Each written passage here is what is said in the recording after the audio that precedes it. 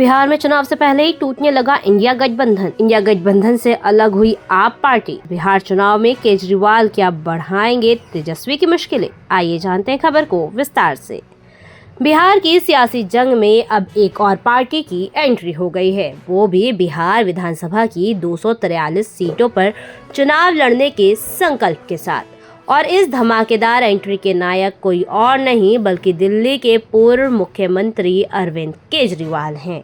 आम आदमी पार्टी जिस संकल्प के साथ चुनावी जंग में उतर रही है, वह इंडिया गठबंधन के टूट जाने के संदेश के साथ महागठबंधन के नायक तेजस्वी यादव के लिए ठीक नहीं है। इस टूट का सीधा फायदा बिहार चुनाव में राज्य की नीतीश एनडीए सरकार को होने जा रहा है। बता दें, आम आदमी पार्टी ने बिहार विधानसभा चुनाव के ऐन मौके पर खुद को इंडिया गठबंधन से अलग कर विपक्ष के रणनीतिकारों को चौंका डाला है। ये दिगर है कि इंडिया गठबंधन के भीतर कई लोगों ने अपनी टफली राग आलापना पहले ही शुरू कर दिया है। अब आपने भी ये कहा कि इंडिया गठबंधन केवल लोकसभा चुनाव के लिए बना था। विधानसभा चुनाव को लेकर राज्य की पार्टी अपना अलग दृष्टिकोण के साथ चुनाव लड़ सकती है।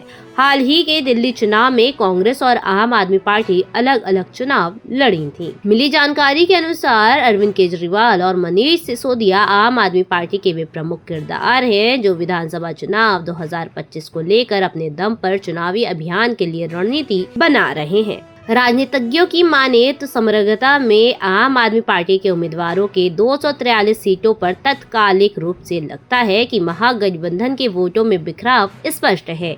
इसका सीधा फायदा एनडीए को हो सकता है। दिल्ली विधानसभा चुनाव में आम आदमी पार्टी और कांग्रेस का अलग अलग चुनाव लड़ना भाजपा की सरकार बनने का एक मुख्य कारण बना था। बिहार में भी आपका अलग होना महागठबंधन के वोट विभाजन के कारण बन सकता है। हालांकि ये बिखराव तब और स्पष्ट होगा जब आम आदमी पार्टी उम्मीदवारों की घोषणा करेगी। बिहार के जातीय समीकरण में आम आदमी पार्टी किस सोशल इंजीनियरिंग के साथ उम्मीदवार उतारेगी, वह वोट बंटवारे का कारण बनेगा। बिहार विधानसभा चुनाव को लेकर आम आदमी पार्टी के रणनीतिकार काफी गंभीर हैं। वह जानते हैं अकेले दम पर लड़ना और बेहतर परफॉर्म करना आसान नहीं है। इसलिए जातीय जकड़न से भरे चुनावी समीकरण को समझने के लिए आम आदमी पार्टी में बिहार में पदयात्रा की राह पर चल पड़ी है। राज्य में आम आदमी पार्टी ने अपनी पदयात्रा की शुरुआत 31 मई से कर दी है। ये पदयात्रा 7 चरणों में होगी। आम आदमी पार्टी ने इस पदयात्रा को केजरीवाल जनसंपर्क यात्रा का नाम दिया है। इस पदयात्रा के दौरान जनता के बीच जाकर आम आदमी पार्टी के रणनीतिकार अपनी पैठ बैठाने में लगे हैं। बता दें कि आम आदमी पार्टी इस चुनावी अभियान के जरिए विधानसभा में खाता खोलने की तैयारी कर रही है, लेकिन इनके निशाने पर वर्ष 2030 का विधानसभा चुनाव है। इस चुनाव में पार्टी प्राप्त वोटों के सहारे अपना मत प्रतिशत बढ़ाना चाहती है, ताकि पार्टी को राष्ट्रीय स्तर की पार्टी बनाने के लिए सहायक हो। दरअसल एक नेशनल पार्टी बनने के लिए कई तरह की कैटेगरी रखी गई है। पहला ये कि किसी भी पार्टी की कम से कम 3 राज्यों में लगभग 11 लोकसभा सीटें होनी चाहिए। इसके अलावा एक कैटेगरी ये भी है कि अगर कोई पार्टी 4 राज्यों में राज्य पार्टी की कैटेगरी में शामिल हो जाती है तो उसे मान्यता मिल जाती है।